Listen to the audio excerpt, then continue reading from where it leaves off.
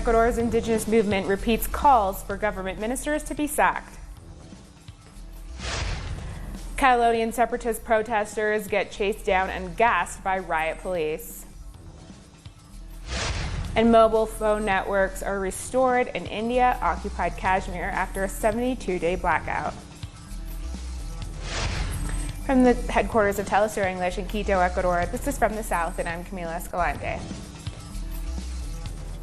Ecuador's indigenous movement has demanded that the government carry out immediately its commitment to repeal the decree which increased fuel prices as agreed in talks on Sunday evening.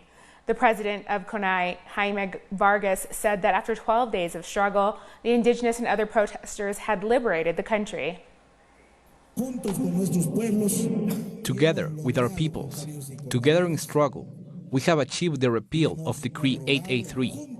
They have confirmed to me that this afternoon, or from tomorrow at the latest, all the prices of gasoline and diesel must return to normal. And the same goes for bus fares and the prices of basic products. Everything has to go back to normal.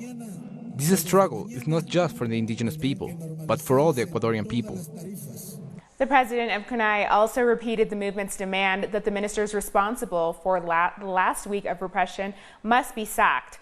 According to the organization, 10 people have been killed by the police during the protests. Hundreds have been injured, and over 1,000 have been arrested. The only thing we have done is fight for our country. And we have said that Maria Paula Romo, the Minister of the Interior, must go. And the Minister of Defense, Osvaldo Jarrín, must also be sent home. Meanwhile, President Lenín Moreno has not officially repealed Decree 883 yet. He did announce on his Twitter account that he will repeal the decree in the next few hours, but hasn't specified when exactly that will happen. He said that he will replace it with a new decree that will give resources to those who need them most. However, this point is in dispute, as it could mean that the fuel price rises remain in place. The agreement reached on Sunday night was greeted as a huge victory by protesters who faced severe police violence for the last week, especially in the capital, Quito. Sin efecto, el decreto 883.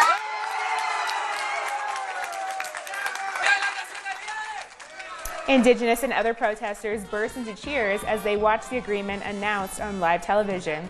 On the streets, people danced and celebrated the withdrawal of Decree 883, which removed fuel subsidies, threatening big rises in the price of all basic necessities. It's a celebration for us because we can rest easy after so many days of deaths, massacres, and other things that Ecuador has gone through. We are celebrating, but more than a celebration, it is an appreciation of the indigenous people who represented us and helped it, because this is a victory for everyone. We all hope that all these efforts that we have made over these 12 days of resistance have not been in vain.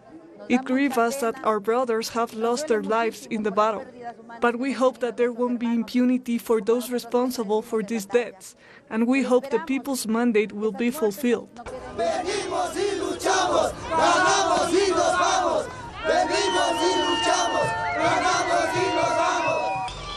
Some of the indigenous protesters chanted, "We came and fought, we won, and now we're leaving," as they set off on trucks back to their communities. Thousands of indigenous people from the northern and central highlands, as well as from the Amazonia, converged on Quito in the last week to lead the protest.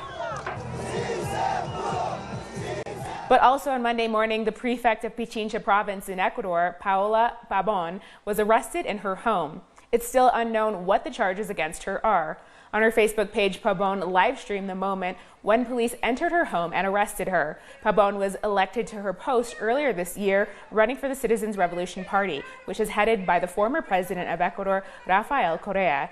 She is the latest political leader with links to the former president to be arrested over the past several days in Ecuador.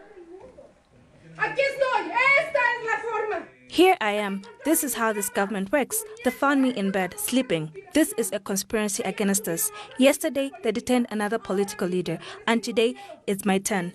But I'm not afraid. Let the world know. They kicked my door down, entered my house, A soldier entered my room. I have rights like any other citizen. Relative calm has returned to Ecuador one day after those talks, with the government put an end to almost 2 weeks of massive protests that paralyzed the nation. Citizens gathered in the vicinity of the National Assembly to help with cleanup efforts, as it was here that for nearly 5 days protesters faced off with police. Starting on October 3rd, thousands mobilized across Ecuador, and protesters were met with severe violence from police, which has been condemned by many international organizations. Let's hear from our correspondent in Quito, Carla Gonzalez. Hello, we are at the Parque del Arbolito, next to Casa de la Cultura, where for 12 days the indigenous and campesino communities were here as part of the refuge center. Today, after the announcement of the agreement between the leaders of the indigenous communities and the government, people are now gathering here to clean up everything that has been left from the protest itself. We saw tires being burnt and blockades in several roads in Quito. So now they're here. Different communities have come together, students from different universities as well, to try to clean up everything that was left inside. Today we also have the announcement of the armed forces that the state of exception has been eliminated. There's no curfew, and things, as they say, they expect to be coming back to normal at any moment. Of course, the communities here are now returning to their own provinces, because we remember that some of them live far away from the capital. But they leave and they say that they will not stand back, and they will be also attending to the necessities of their communities, and being aware that the government, although it says that it will eliminate the decree 883, which gave the economic measures, the austerity economic measures to all Ecuadorians, they say that if they don't change it, if they don't eliminate it, they will continue in opposition, and they will come back if they need to demand that the government fulfill to its word. Thank you, Carla. Argentina held a first presidential debate on Sunday night, ahead of general elections on October 27th. The debate focused on international relations, the economy, human rights, diversity, gender rights, education, and health. All presidential candidates participated, including current President Mauricio Macri, as well as Alberto Fernandez, Roberto Lavagna, Nicolas Tecaño, among others. During the debate, the Frente de Todos candidate Alberto Fernandez confronted President Mauricio Macri about the country's growing economic woes. You should know, Mr. President, when the term ends, you will have left 5 million new poor people who were in the middle class and today are sunk in poverty. Mr. President, maybe you don't know, but of the 39 billion that the IMF gave us, 30 leaked out. Your friends took it away, Mr. President. And one day you will have to explain to Argentinians where those dollars went. For his part, the current president and candidate for the Together for Change party had this to say. And I'm also surprised Alberto Fernandez tells me that I destroyed the economy when he, until very recently, said more than once that President Cristina destroyed the economy. He said worse things. He said that she closed the economy, left it without reserve, increased poverty, and hid it and destroyed the economy. So let's tell the truth. If we need to reach consensus from the 10th of December, the best thing we can do is to tell the people the truth. We'll take a short break now. Join us again in a minute.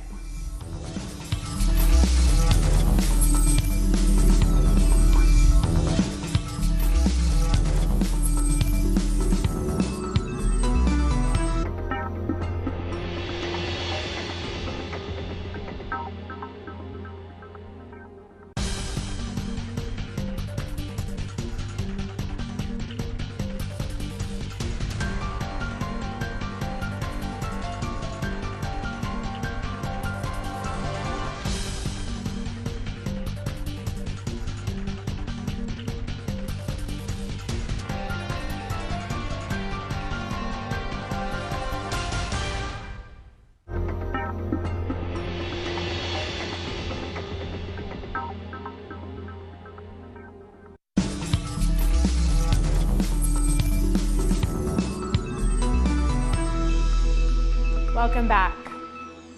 Antigua and Barbuda's Prime Minister Gaston Brown has said that he did not support the probe into former Executive Secretary of the Board of Education, D. Giselle Isaac. Isaac was charged for fraud and corruption, but was cleared after a successful no-case submission in the High Court last week. Unfortunately, there was maybe one or two individuals who were very zealous, maybe overzealous, and they went ahead and did the private investigation. And let me make it abundantly clear that the cabinet did not sanction any investigation into the Board of Education. In fact, it's one or two ministers who took it on their own to proceed with the investigation. In Brazil, thousands have taken to the streets in Sao Paulo to demand the immediate release of former President Luiz Inácio Lula da Silva. Let's hear more about this in this report. On Sunday, thousands of people came to Avenida Paulista in São Paulo to demand the immediate release of former President Luiz Inácio Lula da Silva, who was convicted in 2018 with no evidence by a corrupted judiciary in order to remove him from the presidential elections. I came here to defend Brazil's sovereignty and freedom for Lula, and to defend our future.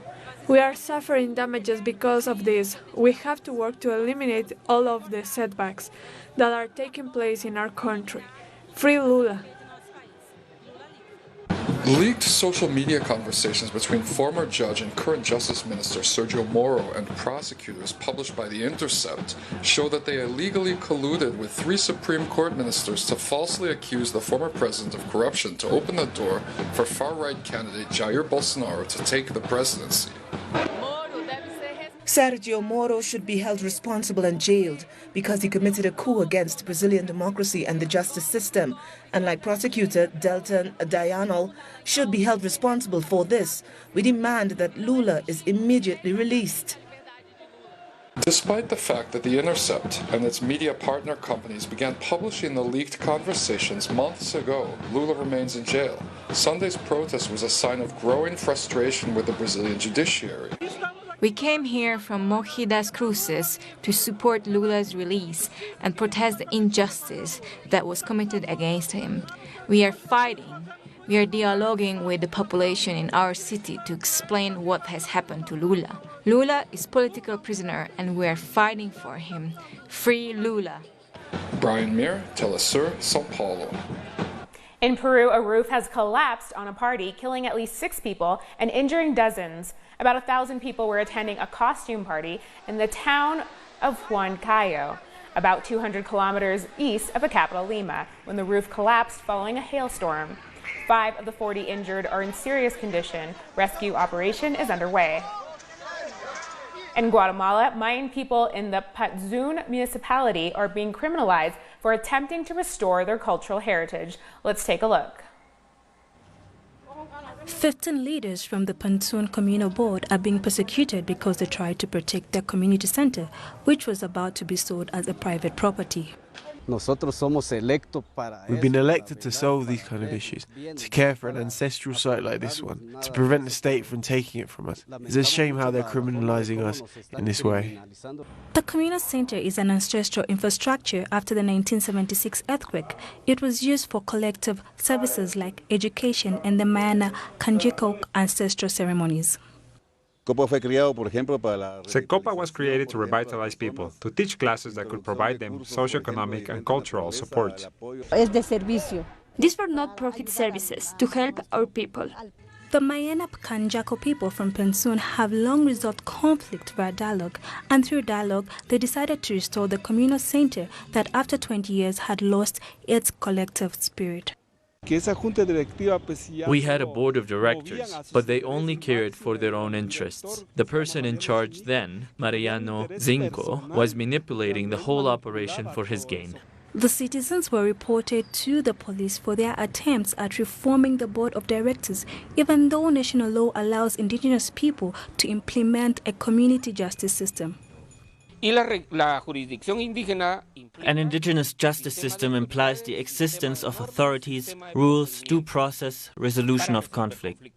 For their part, government authorities have not yet given a response to requests for comments about the case.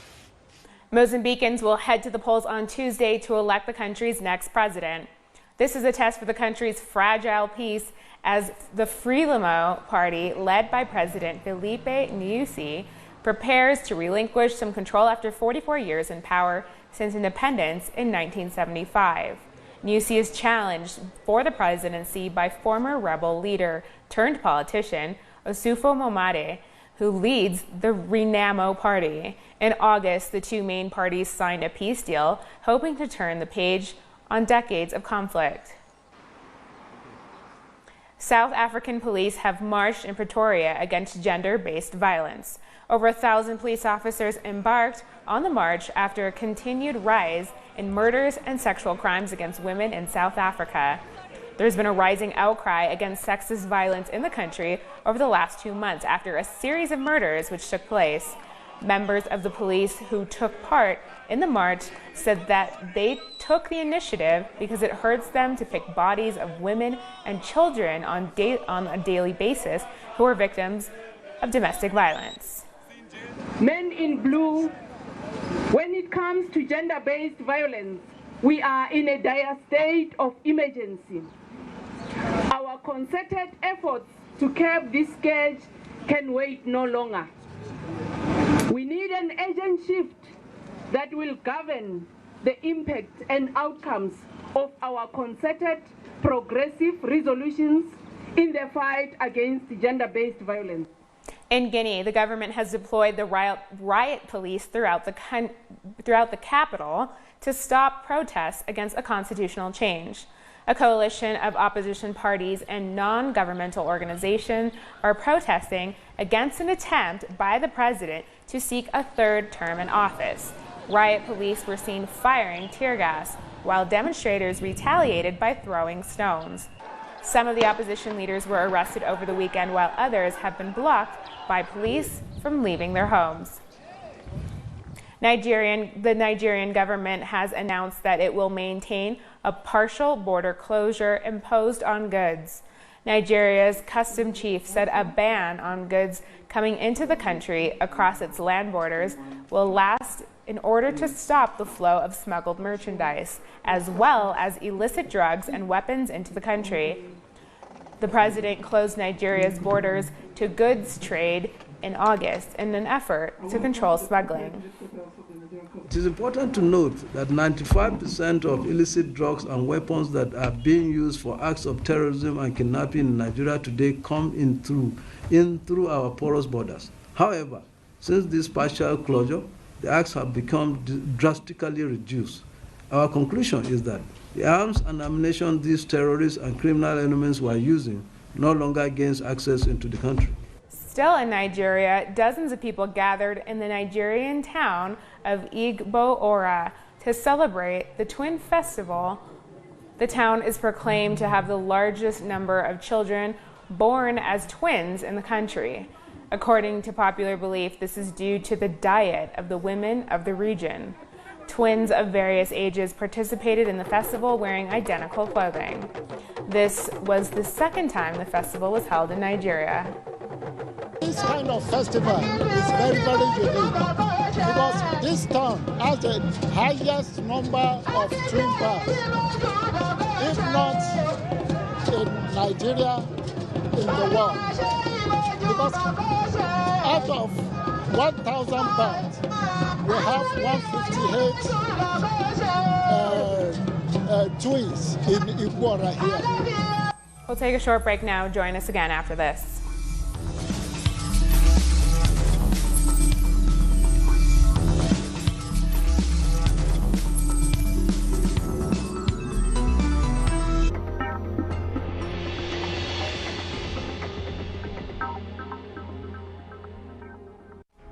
Pakistani journalist Tariq Ali examines the mass media influence promoted by imperialism. Get access to the analysis of the socio-economic and political life of the whole South America on our screen and platform in English. A critical place committed to the truth to determine the major events that transformed the world today. On Monday, only on Venezuela.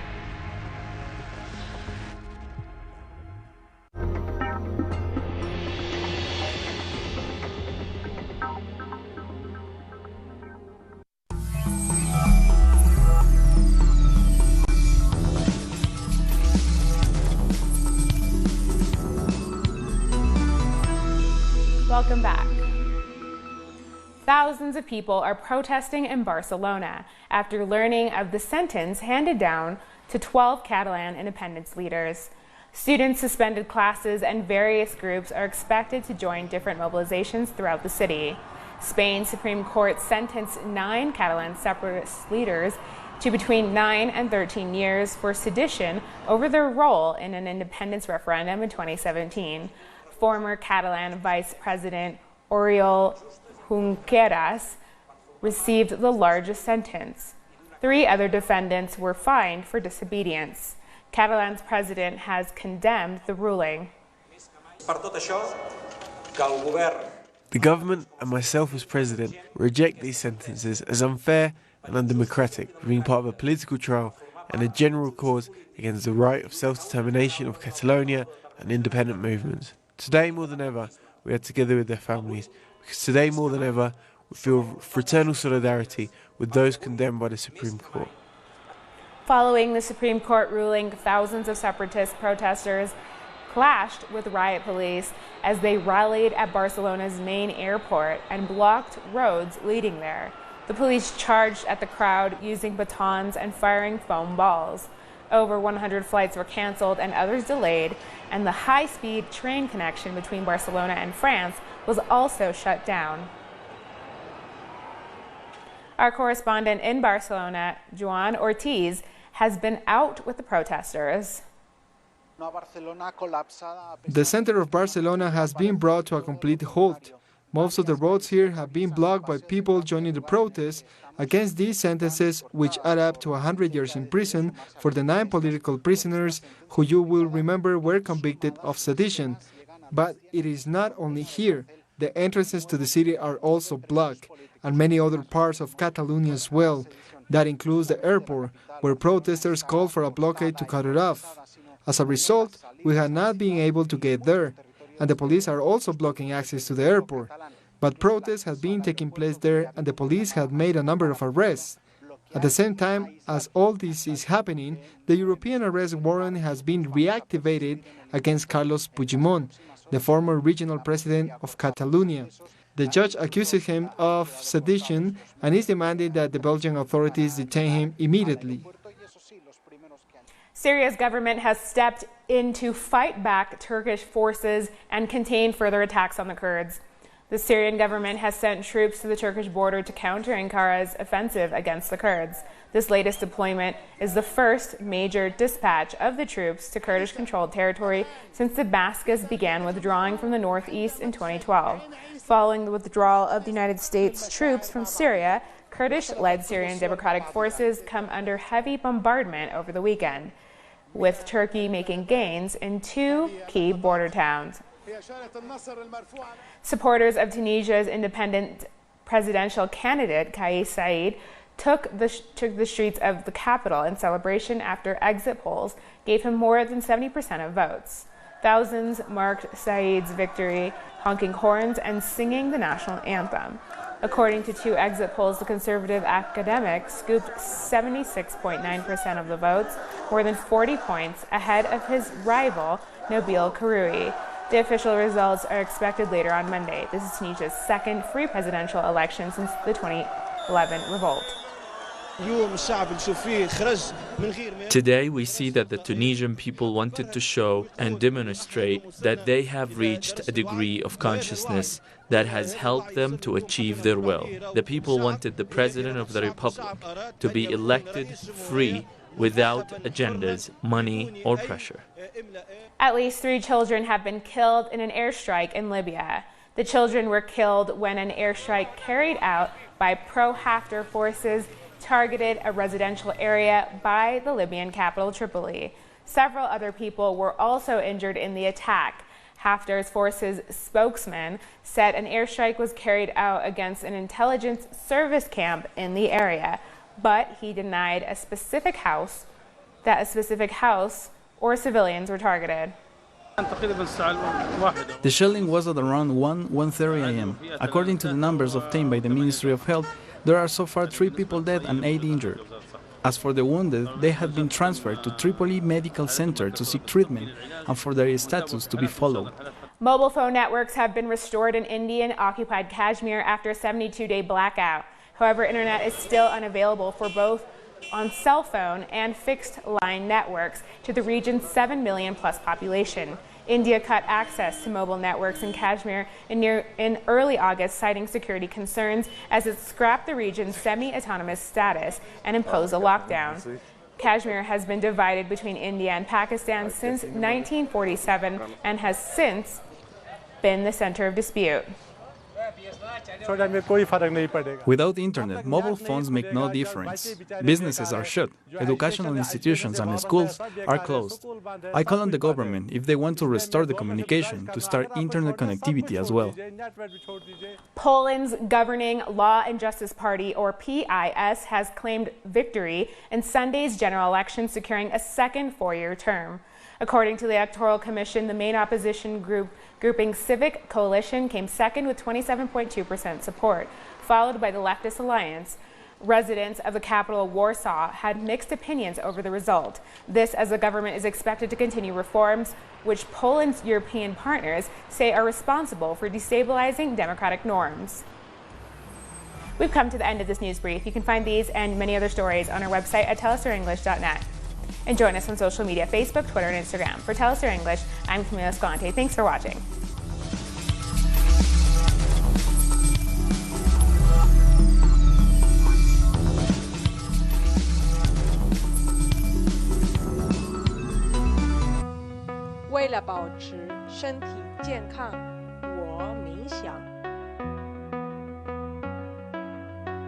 Para mantenerme saludable, yo corro. To keep myself healthy, I study. Για να διατηρηθώ υγιής,